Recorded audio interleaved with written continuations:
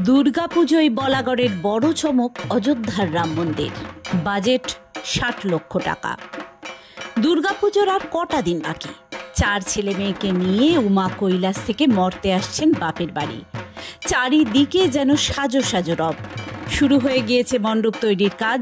উমাকে বরণ করে নেওয়ার প্রস্তুতি। শহরতলির পাশাপাশি পিছিয়ে নেই জেলা। হুগলির বলাগড়ে এবার নজর রয়েছে সকলের। দুর্গাপুজোয় বিরাট বিরাট মণ্ডপ তৈরি করেছে বারোয়ারি পুজো কমিটিগুলি। তাদের মধ্যে নজর কেড়েছে জিরাট সার্বজনীন দুর্গোৎসব কমিটি। প্রতি বছরই মণ্ডপ সজ্জায় থাকে তাদের বিশেষ চমক। এই বছরও তার ব্যতিক্রম ঘটছে না। প্লাটিনাম জয়ন্তী বর্ষে তাদের থিম অযোধ্যার রাম মন্দির, যা জেলার মধ্যে প্রথম তৈরি হচ্ছে এই মণ্ডপ, এমনটাই মত পুজো উদ্যোক্তাদের। ইতিমধ্যেই মণ্ডপ তৈরির কাজ শুরু হয়ে গিয়েছে। তবে মণ্ডপে রামের পরিবর্তে থাকবে 10 হাতের দুর্গা মূর্তি। এবছর আমাদের থিম সেটা হচ্ছে অযোধ্যার অনুকরণে যে রাম মন্দির, সেই রাম মন্দির 75 বছরের আমাদের এটাই হচ্ছে শ্যামাপ্রসাদ স্মৃতিসংঘের পরিচালনায় এই থিমটা এবার আমরা করছি। এই থিমটা দেখুন, সারা পৃথিবী জুড়ে যেভাবে আমরা রাম মন্দির একটা সারা ভারতবর্ষ, সারা পৃথিবীময় সারা ভারতবর্ষের যে সনাতন হিন্দুদের একটা প্রাণ প্রতিষ্ঠা এবং খুব এই সময়কালের মধ্যে খুব আলোচিত যে রাম মন্দিরকে নিয়ে, সেটা আমাদের একটা চিন্তাভাবনার মধ্যে দিয়ে এই থিমটাকে আমরা বেছে নিয়েছি। পরিবেশ বান্ধব মণ্ডপ তৈরি করতে ব্যবহার করা হচ্ছে বাঁশ, বেটম, ফোম, ভেষজ রং, পাট ইত্যাদি। মণ্ডপের সাথে সামঞ্জস্য রেখে আলোকসজ্জাতেও থাকছে বিশেষ চমক। শব্দের সঙ্গে সামঞ্জস্য রেখে প্রতি মুহূর্তে রং পরিবর্তন হবে মণ্ডপের। মণ্ডপের চারপাশ জুড়েই থাকবে নারায়ণ, রাম, সীতা ও হনুমানের মূর্তি। জিরাট সার্বজনীন দুর্গোৎসব কমিটি 75তম বর্ষের প্রয়াস রাম মন্দির। মেনলি ভারতবর্ষে এই মুহূর্তে সবচেয়ে চর্চিত মন্দির রাম মন্দির। গত বছর দুর্গাপুজোয় আমাদের মেনলি কলকাতার পুজোকে আমরা আইডিয়াল ধরি। কলকাতার পুজোয় সবচেয়ে টপে যদি থাকে সেটা রাম মন্দির ছিল। তো সেই প্রজেক্টে আমরা জিরাটে আনতে চেয়েছি।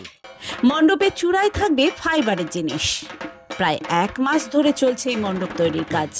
তৃতীয়ার দিন মণ্ডপের কাজ সমাপ্ত করতে হবে, তাই এখন নাওয়া খাওয়ার সময় নেই শিল্পীদের। শিল্পী তপন কুমার পাত্র বলেন, অযোধ্যায় রাম মন্দির তৈরি করতে যতটা জায়গার প্রয়োজন হয়েছে ততটা জায়গা পাওয়া যায়নি। কিছুটা কাটছাট করে এই মণ্ডপ নির্মাণ করা হচ্ছে। সম্পূর্ণ মণ্ডপে ফাইবারের কাজ করা হবে। মণ্ডপের 4 পাশ জুড়ে থাকবে রামের মূর্তি এবং মণ্ডপের ভেতরে 25 ফুট বাই 25 ফুটের একটি ঝাড় করা হবে। সেটাকেও বিভিন্ন মডেল দিয়ে সাজানো হবে। পুজো কমিটির সেক্রেটারি নীলাদ্রি মণ্ডল বলেন, ভারতবর্ষের সবথেকে চর্চিত মন্দির হলো এই রাম মন্দির। গত বছর এই মণ্ডপটি কলকাতায় আলোড়ন সৃষ্টি করেছিল।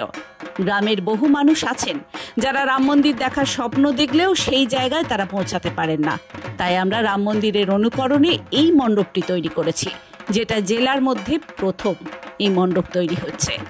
বাহারি আলোর সাথে সামঞ্জস্য রেখে বাজানো হবে সাউন্ড সিস্টেম, যা প্রতি মুহূর্তে মণ্ডপের রঙের বদল ঘটাবে।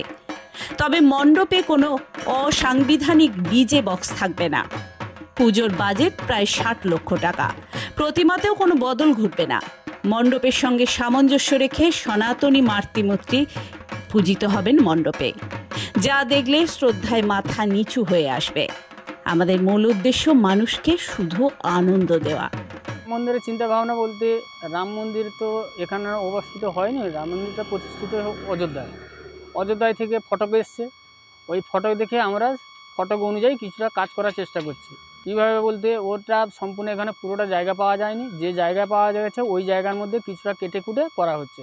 সব ফাইবারের পিলার থাকবে, ফাইবারের মূর্তি থাকবে, ছোট বড় মূর্তি থাকবে, নারায়ণ মূর্তি থাকবে, রাম সীতা মূর্তি থাকবে, হনুমানের মূর্তি থাকবে, কিছু গণেশ মূর্তি থাকবে। এগুলো সবই ফাইবারের থাকবে। উপরে বডিতে সব ফাইবারের মাল লাগানো হবে। অদৃশ ব্যানার্জি রিপোর্ট, হুগলি টাইমস।